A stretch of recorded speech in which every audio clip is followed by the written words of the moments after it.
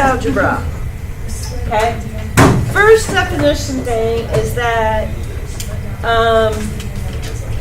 it's called equivalence of matrices, and it's basically that you have two matrices are equal if the corresponding elements in each are equal to. In other words, basically they have to be the same size. Same number of rows, same number of columns. Okay?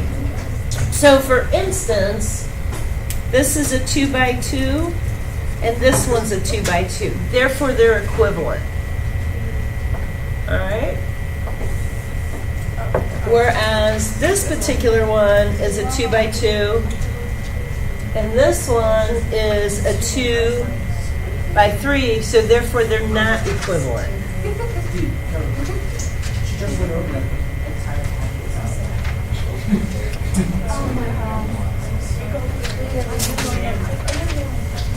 Thank you. All right, so anyway, some indifferences of matrices, okay?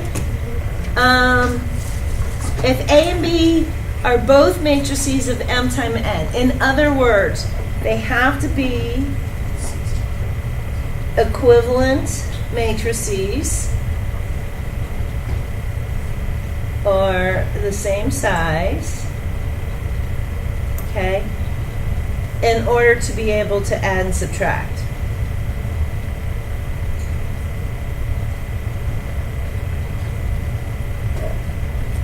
Okay? So, other than that, as long as, like this is a 2 by 3 and this one's a 2 by 3, as long as they're both equivalent and they're the same size, then you can add or subtract them.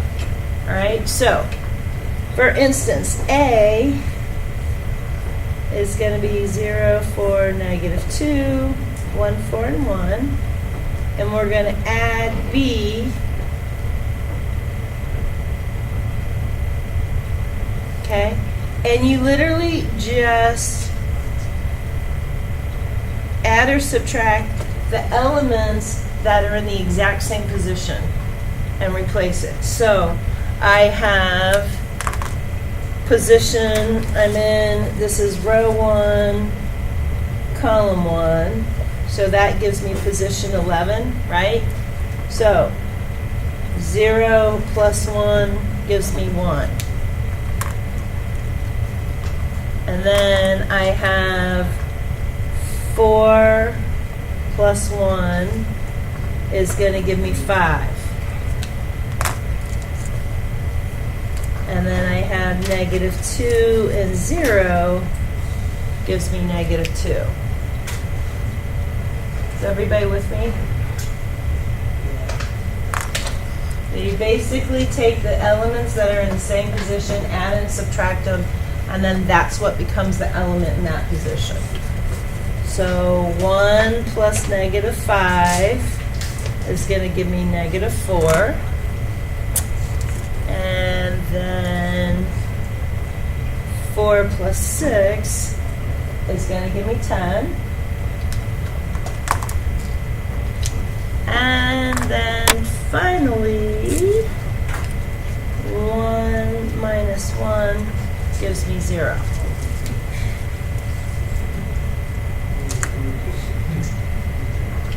Okay? Everybody good with that part?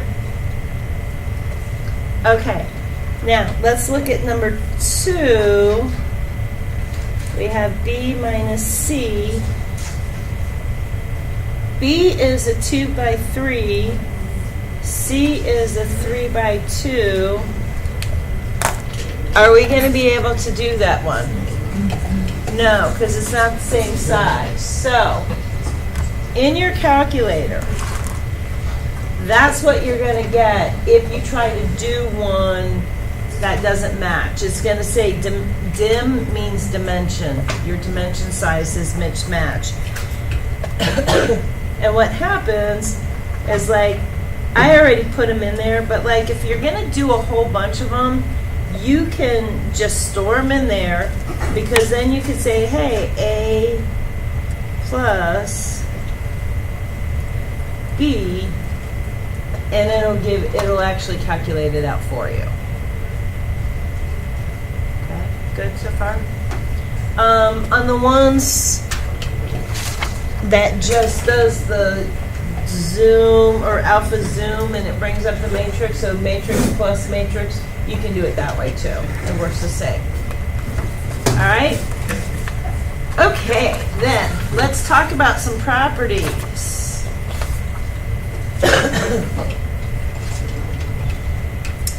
Our addition properties is commutative and associative, okay? They basically follow all the rules of real numbers. So it doesn't matter what order you do it, that means they're commutative. As long as you're adding and subtracting, your order doesn't matter. Sorry. And they're also associative in that, just like your real numbers and order of operations, as long as you're just adding and subtracting, the grouping doesn't matter. Okay? All right. Definition, zero matrix is a matrix whose entries are all equal to 0. So it literally could look like that. All of the elements are 0. We're going to need those for our method that we're going to learn in the next day or two. But basically there's an identity that just says that, you know, if you add a 0 matrix to anything, you get the anything left. Kind of that dove, you add 0 to, or nothing to something, you're going to get the same back. Okay. All right, then we have scalar multiplication.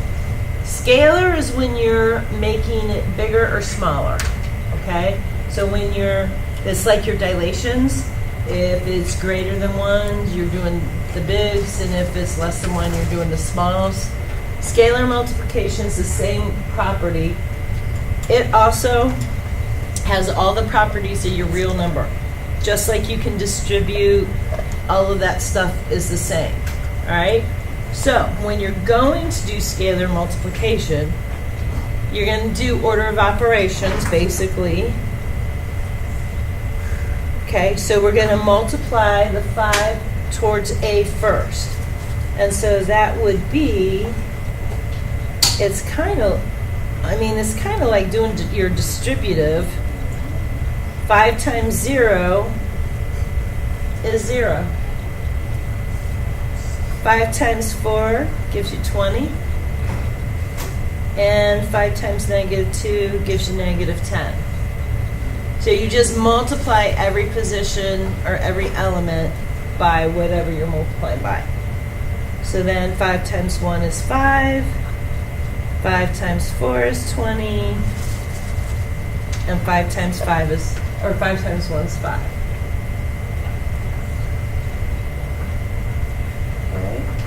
Now, that was the multiplication. We did that one first because basically we're following your order of operations.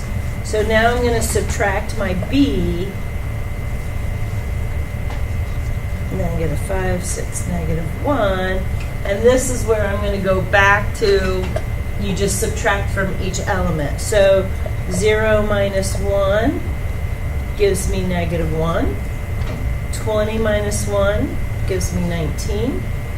-10 minus 0 gives me -10. And then 5 minus -5 is going to give me 10. 20 minus 6 is 14. And 5 minus -1 gives me 6.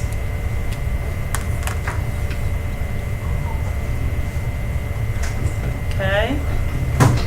And again, if you want to do, you can do 5 times your matrices minus the matrix, and then I'll plug and chug and give you the answer back. Okay?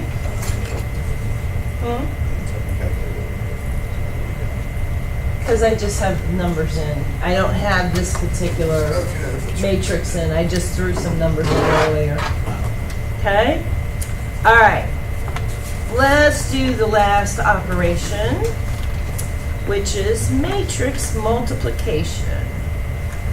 Actually, let's...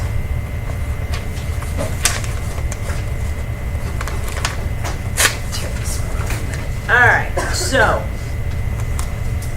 what the definition says is that the product of A, or a matrix, which is an M by N matrix, and B an M by N matrix, is the M by N matrix C, where the entry is row I, column J, the products of the nth row and the jth row of B. All right, what does that mean? This is one of those where it's just kind of easier to see the pattern of how it works. All right, so the big key thing that you have to do is that the number of columns of A must equal the number of rows in B. All right, that one, otherwise it doesn't work. So I need the number of columns in A. So I have 3 columns, and in B I have 3 rows. Okay, since they're both the same, then I can do it. All right, so the best way to look at it is to say, so A is a 2 by 3. B is a 3 by 2. Okay, there's 2 things you got to look at. This is your column and this is your row. So these 2 must be the same. Okay, your 2 insides have to be the same. And the cool part is that the outer 2 is going to tell you the size of the the resulting matrix. Okay, so when I multiply a 2 by 3 by a 3 by 2, I'm going to get a 2 by 2. Okay, does that make sense so far? All right, so here's what you do. You're going to go and say, I'm going to look at position row 1, column 1. Okay? So that's going to give me row 1, column 1. It's going to give me position element 11. Okay, you with me? So what you do is you multiply 6 times 1 plus, I know row 1, column 1, negative 2 times 5 plus 8 times 2. So 6 times 1, negative 2 times 5, and 8 times 2. And so I have 6 minus 10 plus 16 is going to give me 12. And so position 11 is going to be 12.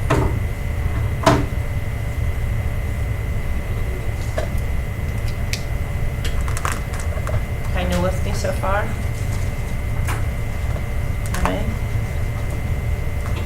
All right, so here, let's fill in. Okay, so now I'm going to look at row 1, column 2. So that means I'm going to have the 12th element. Does that make sense to you? How the number, whatever And row 1, position 2 comes by which row and column of the 2? All right, so 6 times 3 plus -2 times 0 plus 8 times 7. So I get 18 plus 0 plus 56, which gives me 5, 6, 74.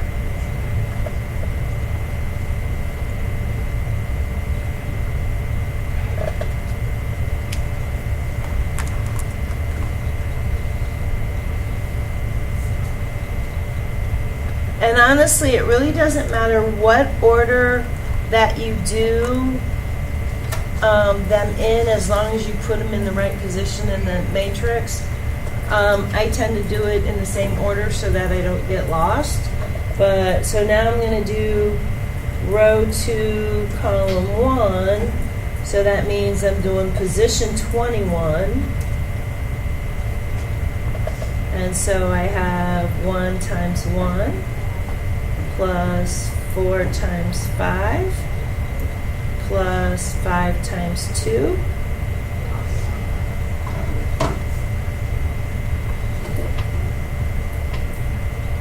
and so I get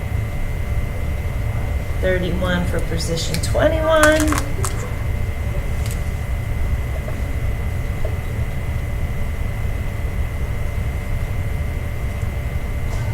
And for my last position of 22, I'm going to have 1 times 3, 4 times 0, and 5 times 7.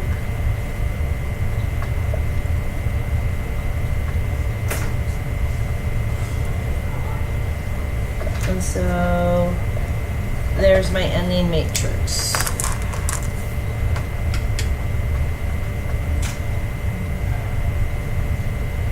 Sense.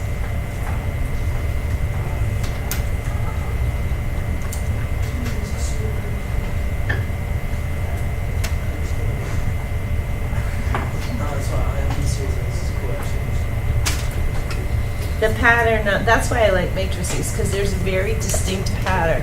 This and this give you this, and you can see it.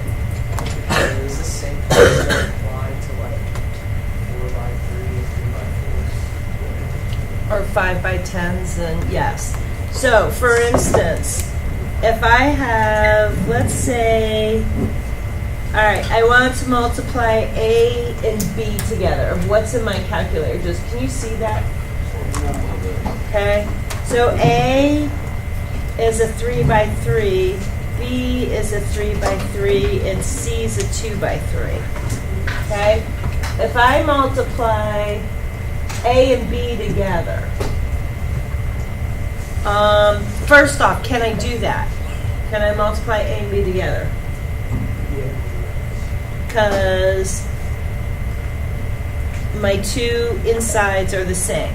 What's my end result matrix going to be?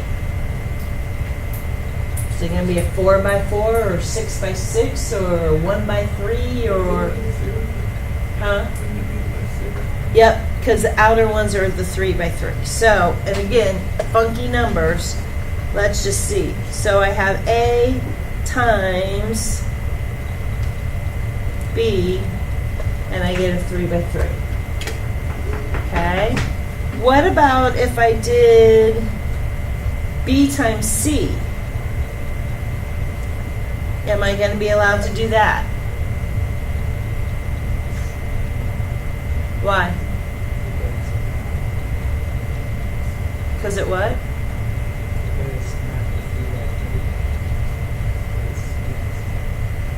Well, it doesn't have to be a 3 by 3. We were using a 3 by 2.